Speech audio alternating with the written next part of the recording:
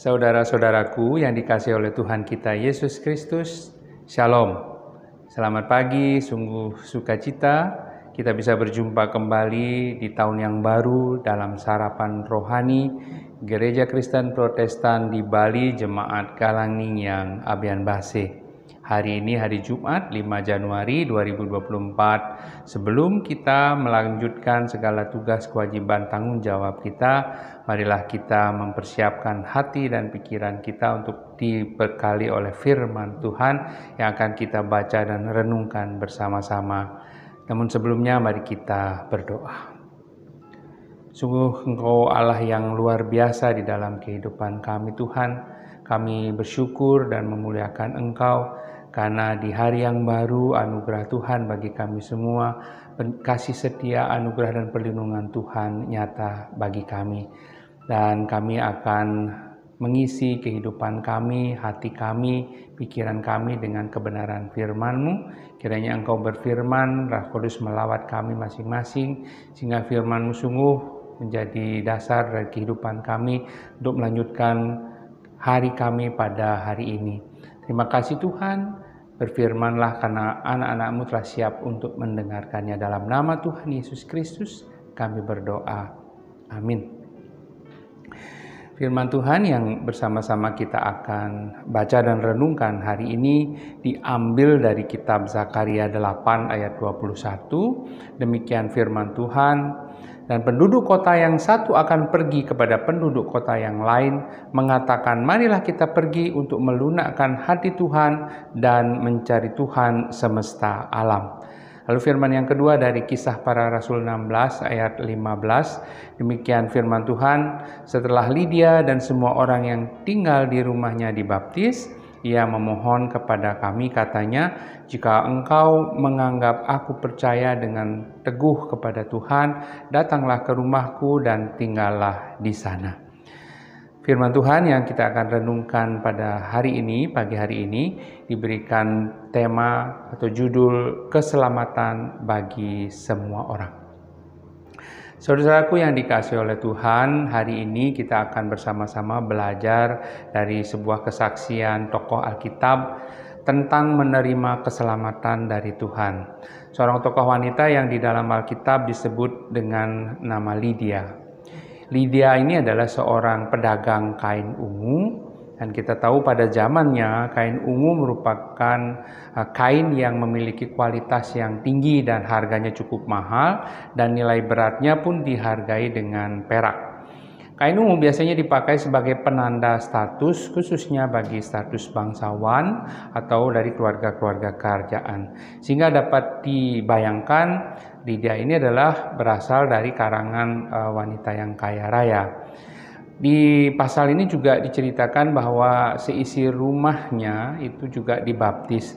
Maka kemungkinan wanita ini tinggal bersama dengan kerabat-kerabatnya atau bahkan mungkin juga pembantu-pembantunya di rumahnya. Dan Lydia ini percaya kepada Tuhan dan menerima keselamatan, dan bukan hanya dia saja tetapi semua orang yang ada di rumahnya. Saudara-saudaraku yang dikasihi Tuhan, bahwa keselamatan ini merupakan hal yang utama, khususnya bagi orang yang percaya kepada Tuhan. Dan keselamatan itu tidak ada di dalam siapapun selain di dalam Tuhan.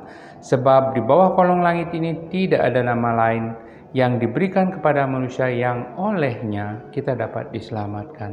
Kisah Para Rasul 4 ayat 12. Ini berarti bahwa jalan untuk memperoleh keselamatan hanya ada satu, yaitu melalui Yesus Kristus. Tuhan berkata, akulah jalan dan kebenaran dan hidup. Tidak ada seorang pun yang datang kepada Bapa kalau tidak melalui aku. Artinya bahwa tidak seorang pun mencapai kerajaan sorga jika dia tidak percaya kepada Yesus Kristus sebagai Tuhan dan Juru Selamat.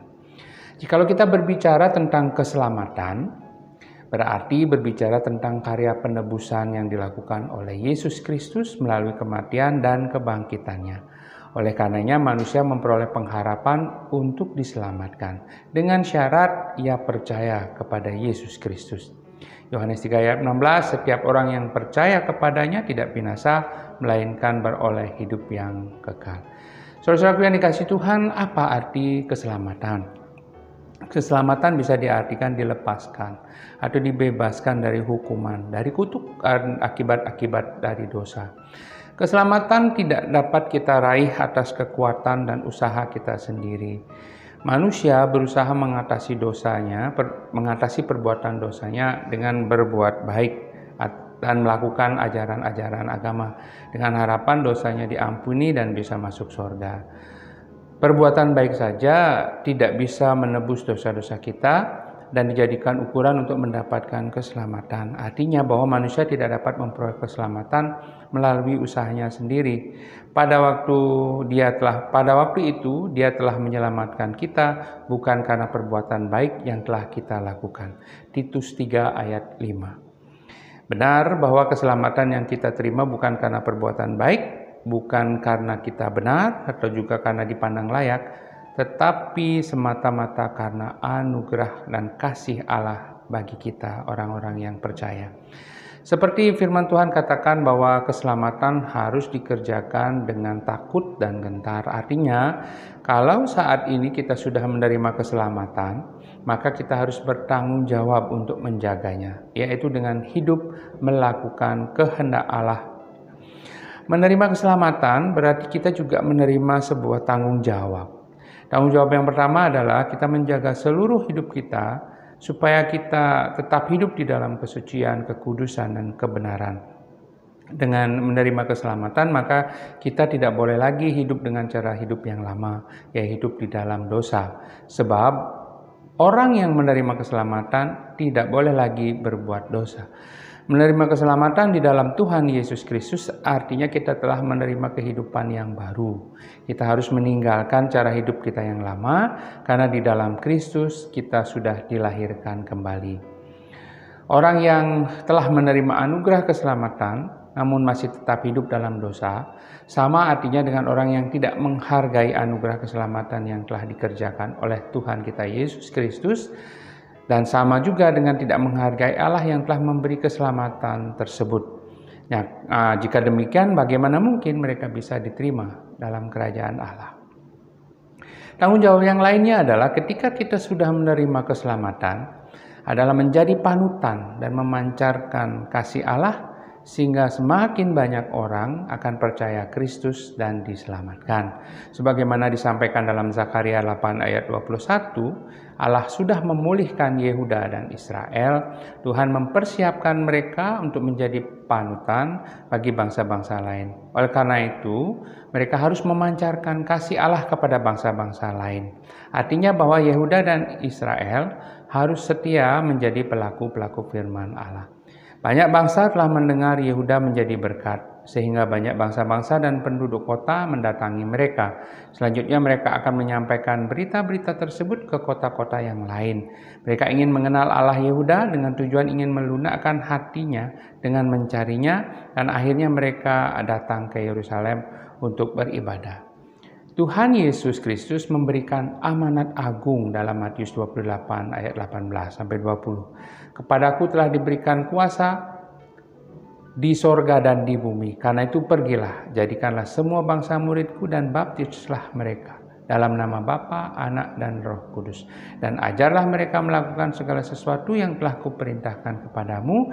Dan ketahuilah aku menyertai kamu senantiasa sampai pada akhir zaman.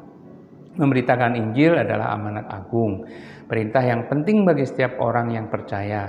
Dan untuk memberitakan Injil kita perlu dilengkapi oleh kuasa Roh Kudus untuk menjadi saksi Kristus yang penuh dengan Roh Kudus.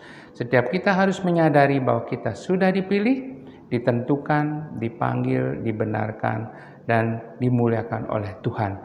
Hal inilah adalah bagian dari proses keselamatan. Jikalau kita sudah menerima anugerah keselamatan itu, maka hargailah keselamatan itu sebagai pemberian yang tidak ternilai dan kerjakanlah keselamatan itu dengan takut dan gentar selama kita masih ada di dunia ini. Kiranya Tuhan menolong kita untuk senantiasa menghargai dan mensyukuri karya keselamatan yang telah dianugerahkan kepada kita, dan biarlah karya keselamatan ini juga bisa dinikmati oleh semua orang yang percaya kepada Kristus. Tuhan memberkati kita semua. Amin. Mari kita berdoa. Kami bersyukur Tuhan atas anugerah keselamatan yang Engkau berikan kepada kami anak-anak-Mu. Biarlah kami senantiasa diajarkan untuk bisa menghargai karya keselamatan-Mu dengan melaksanakan perintah-perintah Tuhan di dalam Alkitab. Terlebih biarlah kami dimampukan oleh kuasa Roh Kudus untuk melaksanakan amanat agung-Mu, sehingga semakin banyak orang yang percaya kepada Kristus dan diselamatkan. Biarlah firman ini menjadi rema dan kekuatan bagi kami hari ini Tuhan. Kiranya Tuhan menolong kami untuk senantiasa hidup di dalam syukur kami atas anugerah keselamatan-Mu. Dalam nama Tuhan Yesus Kristus kami berdoa. Amin. Selamat menjalani kehidupan dengan senantiasa bersyukur atas anugerah keselamatan Tuhan bagi kita semua. Shalom.